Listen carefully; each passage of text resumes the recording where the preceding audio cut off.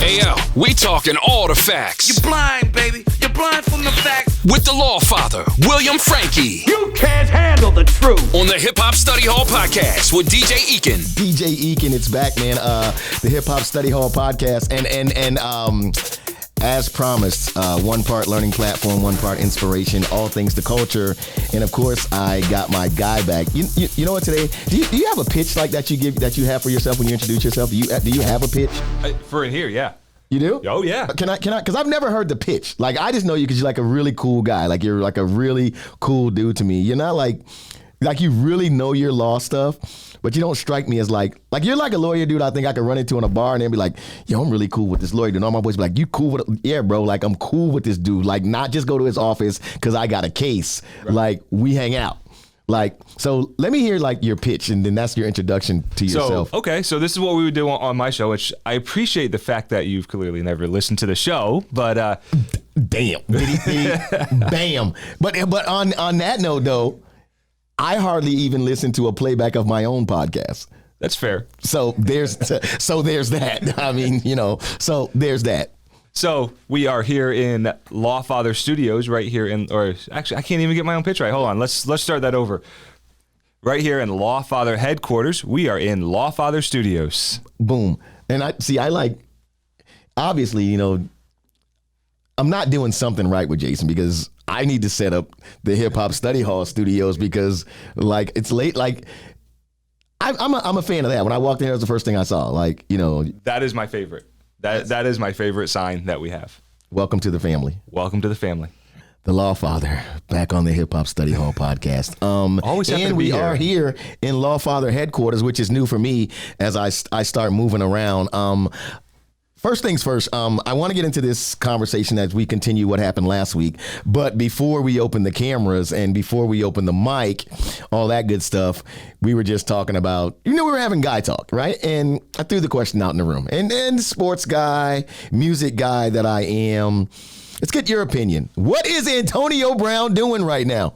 Because you're in Tampa. Right. He was a Buccaneer, so I know if we didn't know about him before that, right, we definitely knew once he became a Buccaneer. And then we all saw the infamous exit that he made. And I am all for anybody that can do their own thing. Right.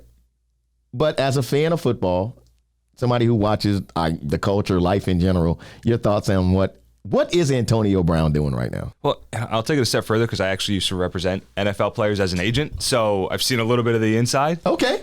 Well, I want to preface this with I don't want a defamation lawsuit from Antonio because I think that's one of the things that he's liking to do. Right.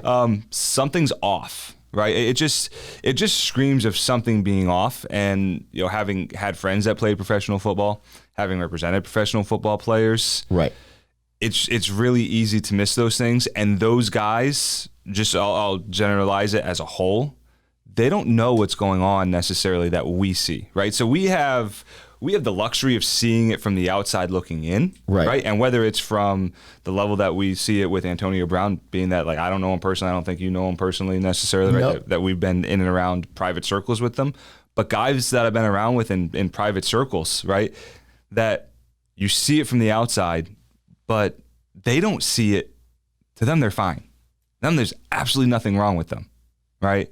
So I'm not saying that there's something wrong with Antonio Brown. I'm not saying that some of those hits have had an impact, especially the one where he got knocked out. Right. I'm just saying from the outside looking in, if he's a friend of mine, I'd be like, dude, what's up? But you got to know that sometimes that, hey, dude, what's up? What's going on here? Could get you put out of VIP. Could get you put out of VIP, which I was never concerned with necessarily. Well, those real friends aren't, though. But you can lose a friend over it, right? And because it can be so tumultuous, right?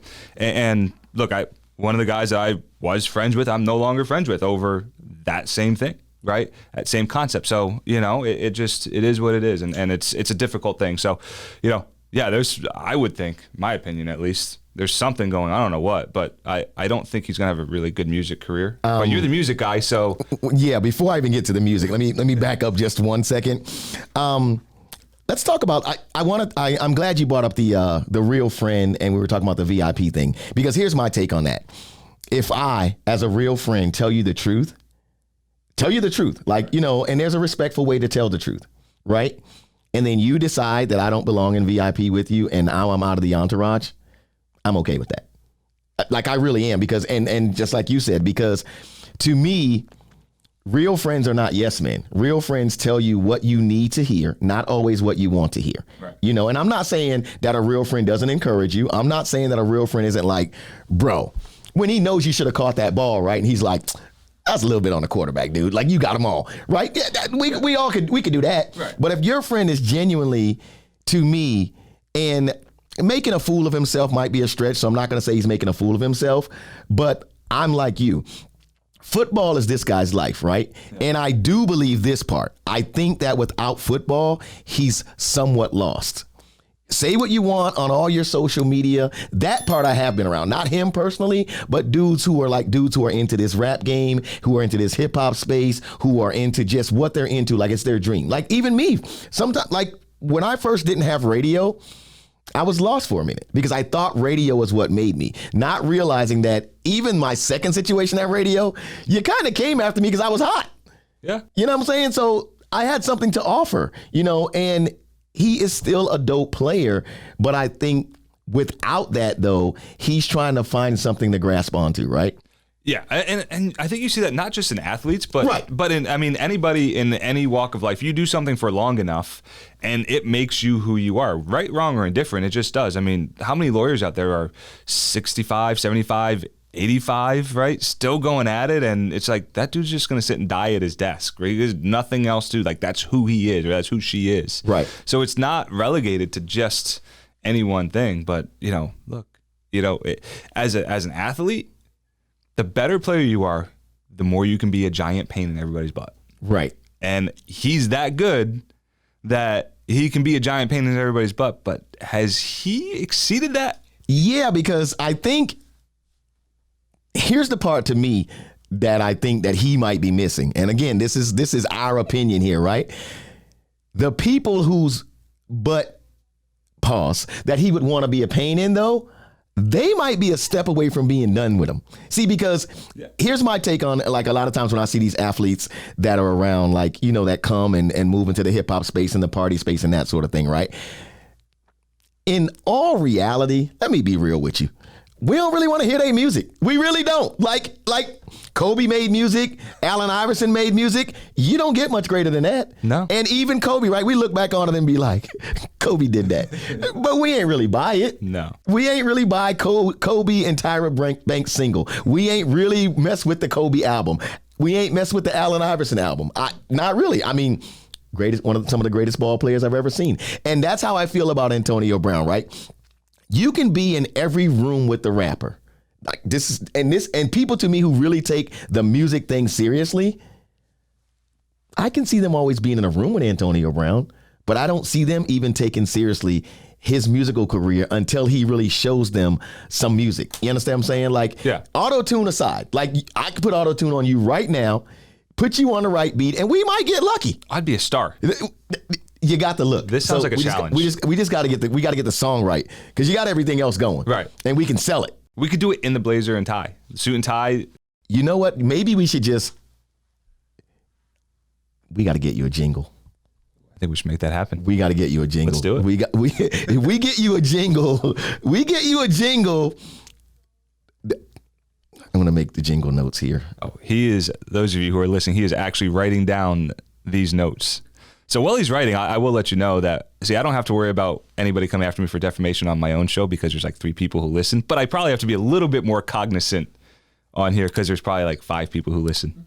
Yeah, because and of those 5, 4 of them are looking for a check that I do not have. Like, so they might as well get ready, because you sue me, all you're getting is like 4 or 5 pair of sneakers, and if it's too many people involved, you got to share those. So you do what you want to with your life or whatever, you know. And the reason he comes up to me, like Antonio Brown comes up to me, is because the more I watch him too, it's like he's losing who Antonio Brown was, turning into this like baby version of Kanye. And that's what has intrigued me about the whole thing. Like, every time I see him now, he looks more and more like, yeah, I hang with Kanye. But we don't need another Kanye, you know. And honestly and truly, there will never, to me, be another Kanye. Like, Kanye is who he is, right. Musically a genius. Creatively, I think he's one of the best to ever do it. The belief in himself, I love 2,000%. Some of the other things I could probably do without. But he also, too, always has his own Kanye style, right? Now, everybody buying Balenciaga Croc rubber boots and mask and having on the same black outfit as him. Like, that ain't going to make me buy your music, bro. Like, I want to see you catch a few touchdowns. That's what I watch you for. Yeah, no, absolutely. Could you imagine them hanging out together?